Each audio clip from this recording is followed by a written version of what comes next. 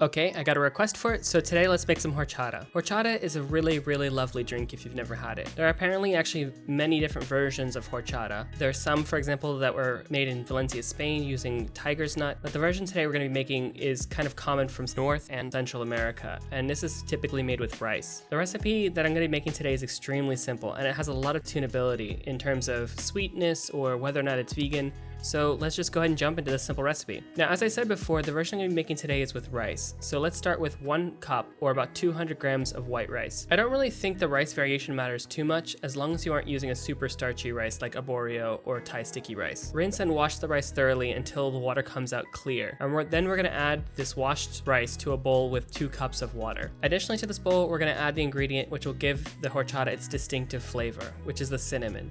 Add 2 to 3 cinnamon sticks to the bowl along with the rice. Altogether, the rice and cinnamon will absorb the water, allowing them to blend to a very fine consistency later. So in order to achieve this, we want to let this soak for at least 6 hours, but preferably overnight. So the next morning, we're ready to go. Now you can see that not only has the rice swollen up, but also the water has taken on kind of this murky color due to the rice and cinnamon, but this is exactly what we want. Add both the rice and water directly into a blender and begin to blend.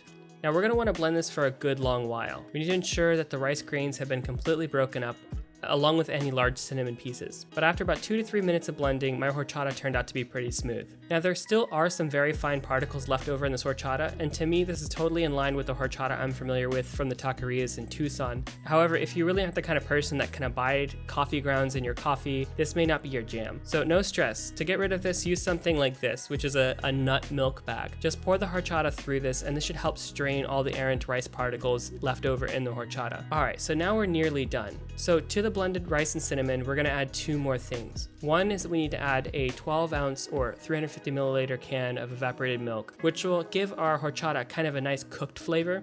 However, if you want to make this vegan, oat milk substitutes really well here. Now, to give a little sweetness as well as more body to the horchata, we're going to add half a 14 ounce or 400 gram can of sweetened condensed milk here. Now again, if you want to make this vegan, oat milk or a little coconut cream works well here. Alright, so at this point you want to give it a small taste, and for me this was perfectly sweetened. But I personally don't have much of a sweet tooth. Feel free to add more granulated sugar to this if it's not up to snuff for you. And alright, the last step we need to do now is to cool this. So I stuck mine in the fridge for about 6 hours, at which point I was ready to go. Alternatively, you could just use ice, but this will water down your horchata a little bit. Lastly, if you want to make this into a nice, refreshing alcoholic summer drink, feel free to add a little rum. I mean, rum chata is pretty great after all. Alright, that's basically it for horchata. I hope you enjoyed this video. If you do, please consider subscribing or sharing this video. I really appreciate it when you guys do that. Alright, thanks for watching. Bye.